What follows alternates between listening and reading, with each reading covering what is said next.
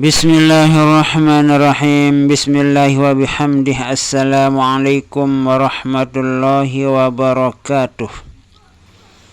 Para subscriber yang dirahmati Allah Subhanahu wa ta'ala, semoga kita semua selalu dalam keadaan sehat walafiat, panjang umur, murah rizki yang halal, selamat dunia wal akhirah, mati dalam husnul khatimah, masuk surga bighairi hisab, selalu dalam ridha dan maghfirah Allah Subhanahu wa ta'ala fid dunya wal akhirah, selalu dalam perlindungan Allah Subhanahu wa ta'ala dari segala macam mara bahaya dunia dan akhirah. Amin amin amin ya rabbal alamin, ya mujibas sa'ilin, ya mujibas sa'ilin, ya mujibas sa'ilin, ya ghiyathal mustaghithin, aghithna aghithna aghithna. Kembali saya Iban Channel menceritakan suatu sejarah tentang Tuan Guru Kyai Haji Umar Klayu atau Al-Maghfurlah Bapak Maulana Syekh Tuan Guru Kyai Haji Umar Klayu, yang pernah diceritakan oleh seseorang yang bernama Datuk Sabtiah.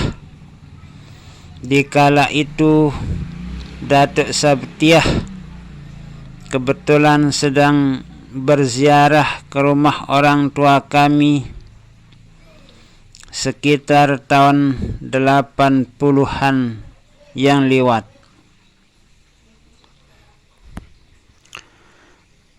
Datuk Sabtiah itu menceritakan kisah Tuan Guru Kyai Haji Umar Klayu atau Bapak Maulana Syekh Tuan Guru Kyai Haji Umar Klayu, bagaimana karomah beliau yang terjadi pada saat beliau itu ditanya oleh sebagian jamaah Masjid Al-Umari Klayu.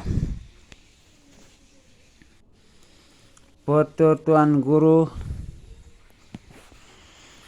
Kyai Haji Umar Klayu ini dengan foto Datuk Tretetet atau Tuan Guru Kyai Haji Ahmad Tretetet saya temukan dulu di sebuah kalender, sebab pada tahun sekitar 70-an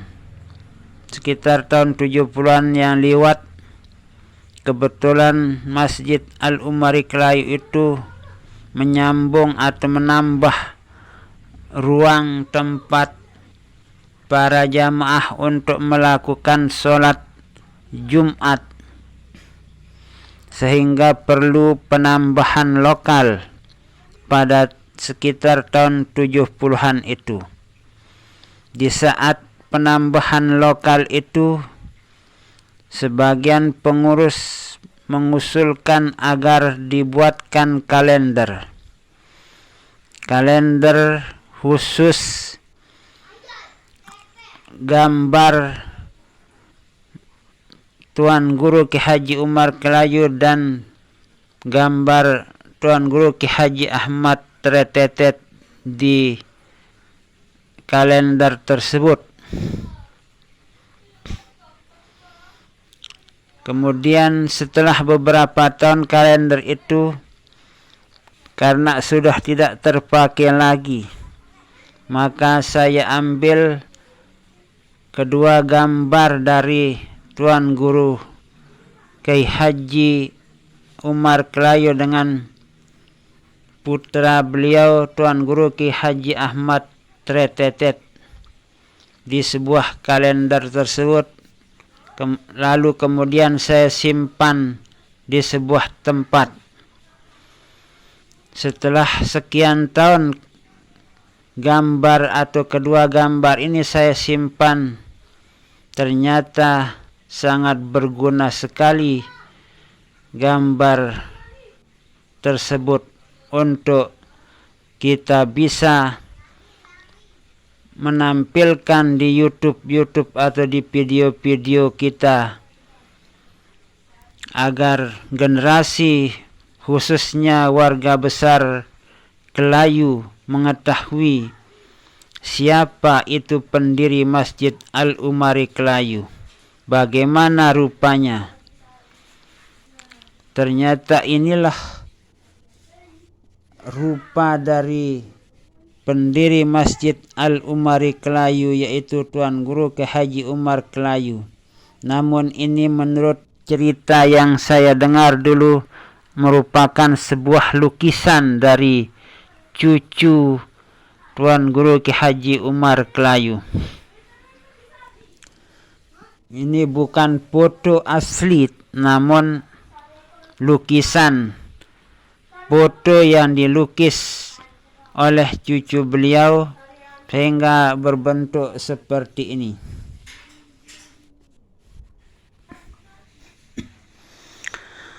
Namun Masjid Al-Umari Kelayu yang dibangun di masa Tuan Guru Kiai Haji Umar Kelayu itu sudah dirubah sedemikian perubahannya. Artinya dalam perubahan 100% dari bentuk asli yang dibangun oleh para jamaah atau masyarakat di masa Tuan Guru Kiai Haji Umar Kelayu masih hidup.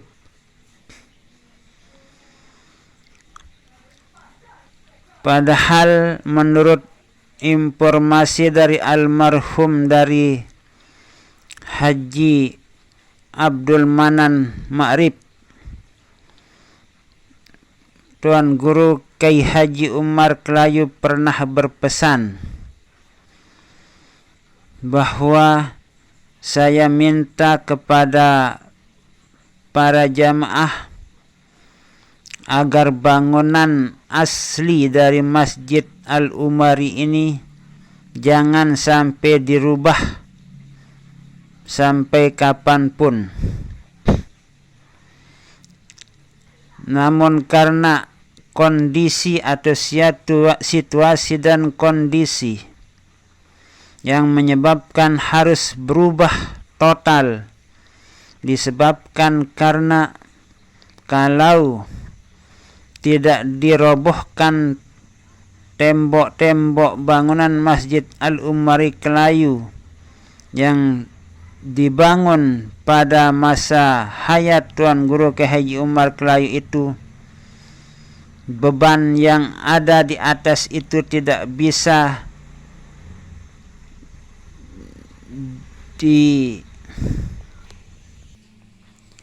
disanggah oleh dinding-dinding atau pilar-pilar yang dibangun pada masa hayat Tuan Guru Kiai Haji Umar Kelayu, sehingga para pengurus Masjid Al-Umari Kelayu itu memutuskan untuk merobohkan tembok-tembok serta pilar-pilar Masjid Al-Umari Kelayu disebabkan berat beban yang di atas yang harus ditopang oleh tembok-tembok Masjid Al-Umari Kelayu. Sehingga yang sekarang ini yang kita lihat adalah tembok-tembok yang terbuat dari beton-beton, kemudian PC-PC yang benar-benar kuat dan tahan goncangan-goncangan gempa yang sudah kita alami sekitar tahun 2018 yang lewat. Namun di saat itu goncangan gempa yang sedemikian dahsyatnya itu menggetarkan atap-atap Masjid Al-Umari Kelayu itu, sehingga jamaah yang sedang berada di dalam Masjid Al-Umari Kelayu di saat sedang berzikir di sholat Isya itu berhamburan keluar karena ketakutan. Mereka menyangka bahwa atap-atap bahkan Masjid Al-Umari Kelayu itu akan roboh dengan gempa yang begitu dahsyat.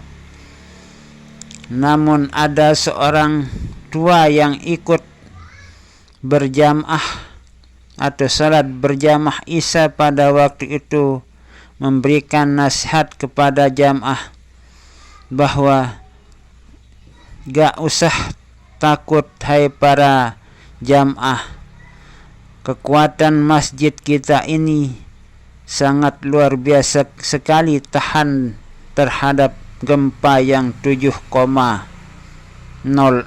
tersebut.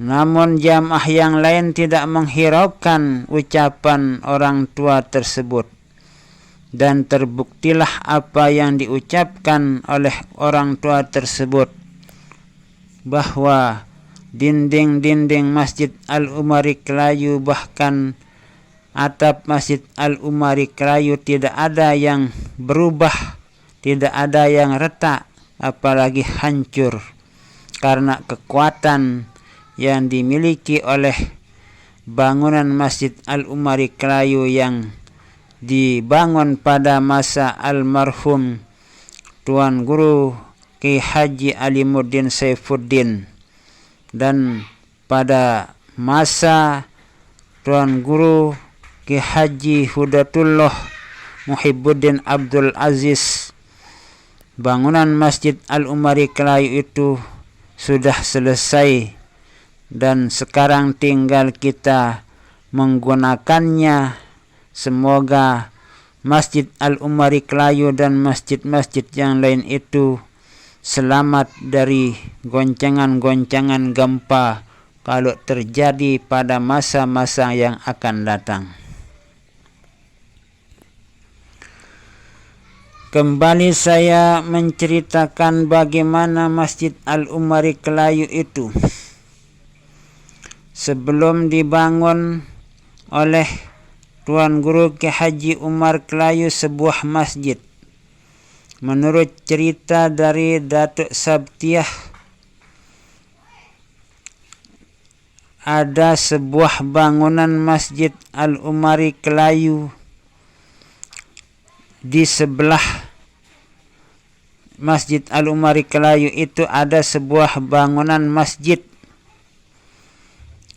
yang dibangun oleh orang-orang tua dulu sebelum datangnya Tuan Guru Ki Haji Umar Kelayu dari Makkatul Mukarramah. Namun tempat masjid tersebut di sebelah selatan Masjid Al-Umari Kelayu yang dibangun pada masa Tuan Guru Ki Haji Umar Kelayu.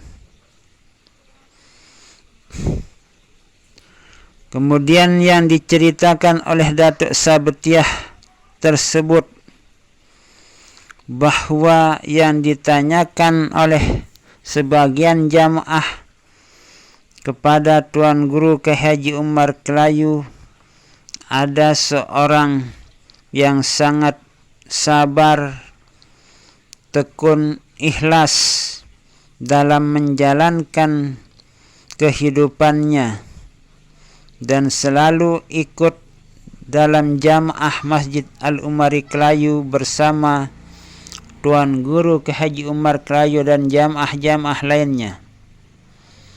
Namun pada suatu waktu, bahkan di waktu-waktu sholat berjamaah, seorang jamaah yang bernama Datuk Abdul Hamid itu tidak pernah kelihatan sama sekali di dalam masjid atau naik ke masjid ikut berjamaah. Lalu jamaah yang bertanya kepada Tuan Guru Ki Haji Umar Kelayu itu menanyakan kenapa Datuk Abdul Hamid itu tidak pernah terlihat naik ke masjid sekarang. Tidak pernah kami lihat ikut berjamaah, apalagi ikut sholat Jumat. Kenapa beliau itu tidak pernah kami lihat ikut sholat Jumat di Masjid Al-Umari ini bersama kita semua, wahai Tuan Guru kami? Begitulah kira-kira pertanyaan jamaah tersebut. Apa jawaban Tuan Guru Kiai Haji Umar Kelayu itu kepada jamaah yang bertanya itu? Di saat itu Tuan Guru Kiai Haji Umar Kelayu menjawab pertanyaan para jamaah tersebut.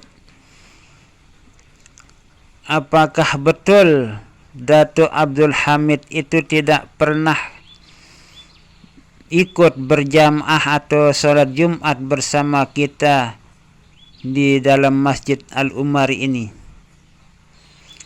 Kalau kalian benar-benar penasaran apa betul Datuk Abdul Hamid itu tidak ikut sholat Jumat bersama kita, tanyakan kepada beliau. Beliau itu akan tahu siapa-siapa yang hadir di saf pertama ini dari ujung kanan sampai kiri. Semuanya diketahui oleh beliau yang hadir pada sholat Jumat hari ini. Itulah jawaban dari Tuan Guru Kiai Haji Umar Kelayu pada saat itu.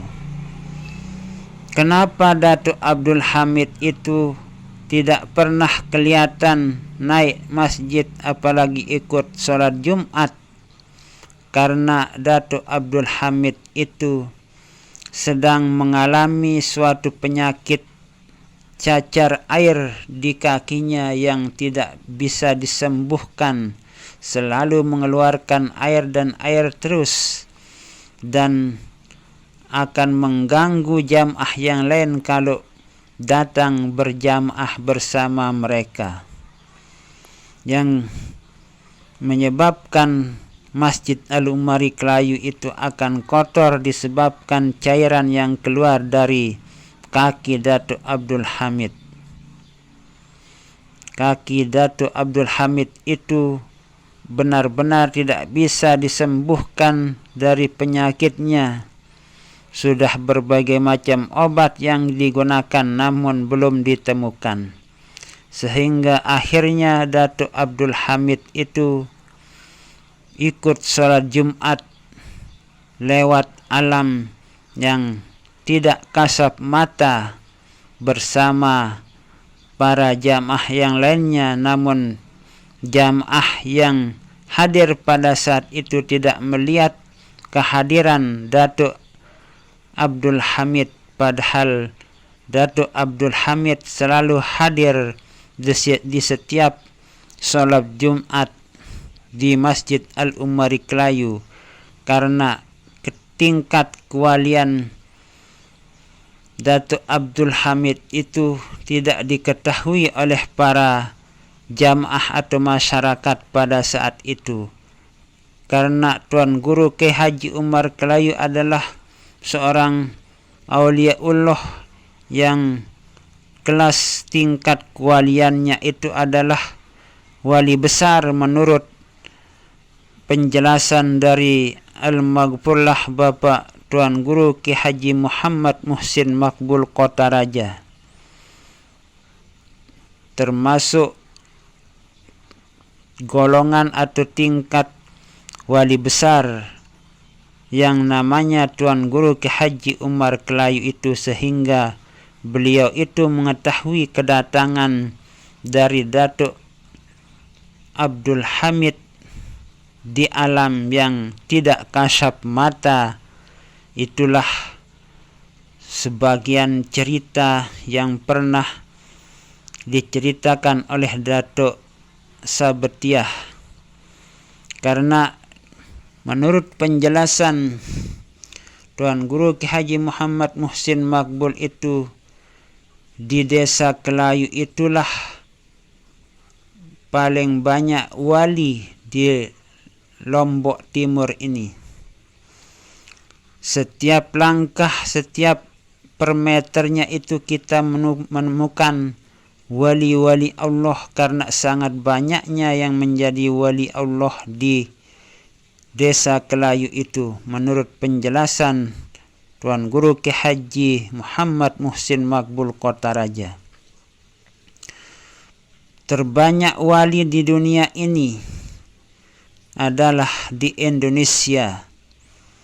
Menurut penjelasan Habib Lutfi yang pernah saya dengar di sebuah YouTube, cocok sekali apa yang diceritakan oleh Tuan Guru Ki Haji Muhammad Muhsin Makbul Kota Raja, bahwa di Indonesia ini adalah tempat gudangnya para wali. Kemudian di Indonesia yang terbanyak wali adalah di NTB. Yang terbanyak di NTB adalah di Pulau Lombok. Yang terbanyak di Pulau Lombok adalah di Lombok Timur. Dan yang paling banyak di Lombok Timur adalah di desa Kelayu. Itulah cerita dari Tuan Guru Ki Haji Muhammad Muhsin Makbul sekitar tahun 2000-an yang lewat, yaitu 2002 yang lewat, sekitar 2002 yang lewat. Tuan Guru Ki Haji Muhammad Muhsin Makbul bercerita bahwa Kelayu adalah tempat gudangnya wali yang sangat banyak sekali menjadi waliullah. Tingkat kewalian mereka itu adalah rijalul ghaib. Itu adalah merupakan tingkat wali, kelas kewalian. Orang yang begitu banyak menjadi wali di Kelayu adalah rijalul ghaib. Kalau menjadi wali besar yang saya dengar adalah hanya Tuan Guru Ki Haji Umar Kelayu yang dari desa Kelayu. Nah, itulah sebagian cerita yang pernah saya petik dari Datuk Sabetiah, kemudian digabung dengan cerita yang saya dengar dari Habib Lutfi dan cerita yang pernah saya dengar dari Tuan Guru Ki Haji Muhammad Muhsin Makbul Kota Raja. Semoga cerita yang saya sampaikan ini bisa menjadi ilmu untuk generasi-generasi kita yang akan datang.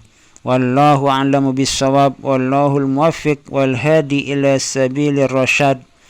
Wassalamu alaikum warahmatullahi wabarakatuh.